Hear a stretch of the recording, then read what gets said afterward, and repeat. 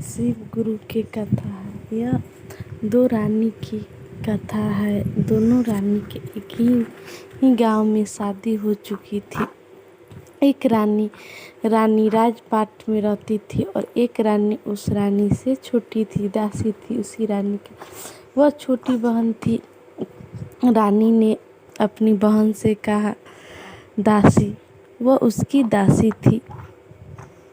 रानी के पास कोई संतान नहीं था और रानी दान दक्षिणा करने की चाहती नहीं थी। राजा बहुत उदास रहते थे क्योंकि उसके पास कोई संतान नहीं था। दासी रानी की बहन ने रानी को कहती थी, रानी देखिए, आप दान दक्षिणा करिए, आपका मनोकामना पूरी होगी। रानी ने दासी की कोई बात नहीं सुनती थी और रानी किसी को भी अच्छे शब्द नहीं बोलती थी। रानी बुरा ही बोलती थी, कुछ न कुछ कहती ही रहती थी। राजा ने कहा, रानी आप यह क्या करती है, आप ऐसे क्यों बोलती है?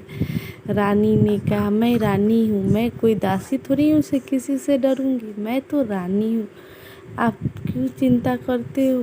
रानी ने कहा, राजा ने कहा, रानी हो तो इसका मतलब क्या, आप कोई के भी कुछ भी कहोगी? राजा ने रानी को बहुत समझाते थे लेकिन रानी नहीं बात मानती थी। दासी उसकी बहन ने उसको वो भी समझाती थी लेकिन रानी ने अपनी बहन को भी बहुत उल्टा बोलती थी और बहुत कुछ बोलती थी। और रानी की बहन गर्भवती थी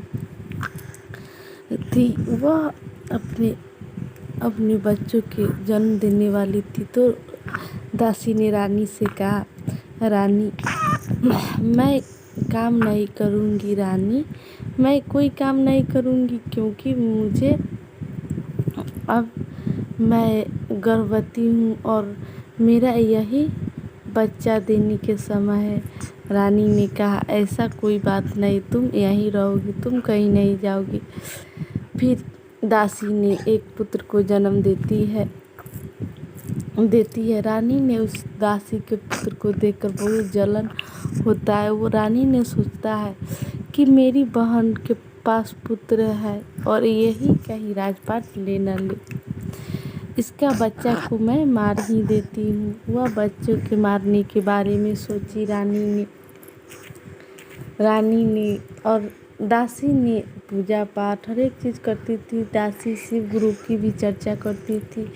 अब जिसे राम न मारे उसे कौन मार सकता है। रानी ने बहुत कोशिश की उस बच्चे को मारने के लिए लेकिन वो रानी ने नाकामयाब रहती थी। रानी ने एक दिन सोच रही थी बैठकर, से मैं क्या करूँ से इसका बच्चा मर जाए, मैं क्या करूँ से दासी के बच्चा मर जाए। वह उस बच्चे को देखकर जलती थी। रानी ने सोचा, क्यों न मैं इसे पानी में भीग दूँ, क्यों न मैं इसे पानी में भीग दूँ, कोई भी नहीं सोचेगा और किसी के भी मुझ पर शक भी नहीं होगा। रानी ने वैसा किया, उस बच्चे को पानी में भीग दिया। बच्चा रोने लगा। दासी दौड़ते हुए गई तो बच्चा पानी में था, मर गया हुआ था डूबकर। दासी ने बहुत रोई और कहा, यह क्या अनर्थ है गुरु महादेव, मैंने किसका क्या बिगाड़ा था? बिगाड़ा तो वो किसी के नहीं था, लेकिन उसके साथ ये सब क्यों हुआ? रानी ने ऐसा क्यों की? क्योंकि रानी के पास कोई संतान नहीं था। उसी के बहन ने अपनी बहन के संतान को मार दी। तो दासी ने कहा, ऐसा क्यों किए दीदी? आप रानी, आप मुझे से मेरा बेटा ले लेता, मैं आपको हंसी हंसी दे देती, लेकिन आपने उस बच्चे का जान ही ले लिया। रानी ने कहा, क्यों? फिर वह बच्चा शिव गुरु की कृपा से बच्चा जीवित हो गया।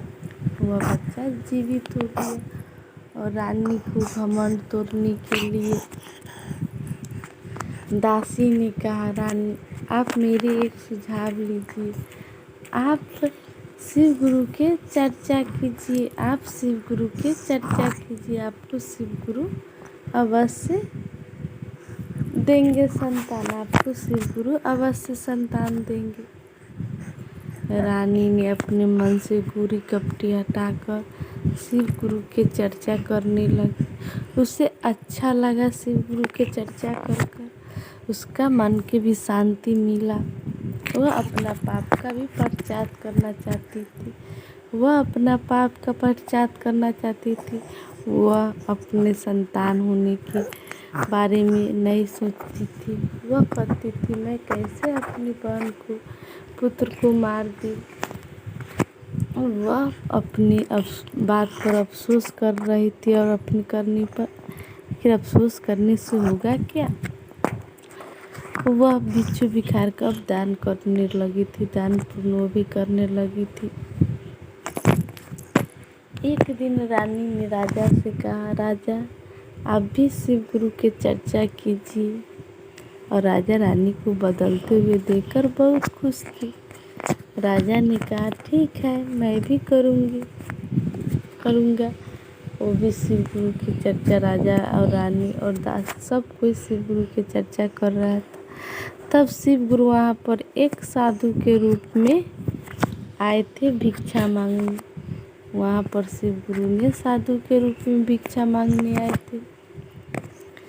तो रानी ने दासी से कहा, दासी आप शिव गुरु के साधु को भिक्षा दे दीजिए।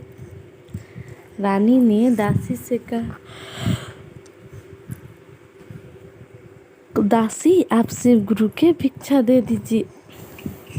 फिर शिव गुरु साधु महाराज को भिक्षा दे दी। साधु महाराज ने बोला, नहीं दासी तुम मुझे भिक्षा नहीं दोगी, क्योंकि मुझे भिक्षा रानी देगी, मुझे भिक्षा रानी देगी। रानी ने कहा, ठीक है। रानी ने कहा, ठीक है मैं आपको भिक्षा दूंगी। रानी गई उठकर और सोना चांदी खाना अनाज बहुत सारे लेकर साधु महाराज को दान की। साधु ने कहा तुम्हारा गोद बहुत जल्द भरेगा, तुम्हें कल्याण करे, शिव गुरु के दया तुम पर बना रहेगा। रानी ने कहा, ठीक। रानी ने साधु महाराज को आशीर्वाद दिया और साधु महाराज ये सब बोले। कुछ समय बाद रानी ने एक सुंदर सा पुत्र को जन्म दी और पुत्र को जन्म देते ही रानी ने दासी को बुलाया और कहा, बहन ये तुम पुत्र मेरा ले लो, बहन पुत्र मेरा तुम ले लो। दासी ने कहा कि मैं आपका पुत्र लूँ। रानी ने कहा, मैंने तुम्हारा पुत्र को मार दी थी, तो अब तुम मेरा पुत्र ले ले। दासी ने रानी से कहा, नहीं रानी मैं तुम्हारा पुत्र नहीं लूँगी, आपको शिव गुरु के दया से पुत्र मिला है, मुझे भी शिव गुरु के दया से कभी संतान मिल जाएगा, मुझे भी संतान का प्राप्ति हो जाएगा। शिव गुरु बहुत दयालु है। रानी ने कहा, ठीक है मैं शिव गुरु से तुम्हारे लिए पुत्र मांगूंगी, तुम्हारा लिए संतान मांगूंगी, तुम्हारे मनोकामना जरूर पूरा होगी। वह कहकर रानी ने शिव गुरु से आराध्या की अर्जी लगाई, हे शिव गुरु मेरे पाप के कारण, मेरे ही कारण मेरी बहन के पुत्र मर गया है, मैं उसे मारती हूँ। आपको मन में जो आए सो कीजिए, मेरा पुत्र को मार दीजिए या मेरा बहन को संतान दे दीजिए या मेरी बहन को संतान दे दीजिए। शिव गुरु ने सुना कि रानी कितना बदल चुकी है, रानी बहुत अच्छी है।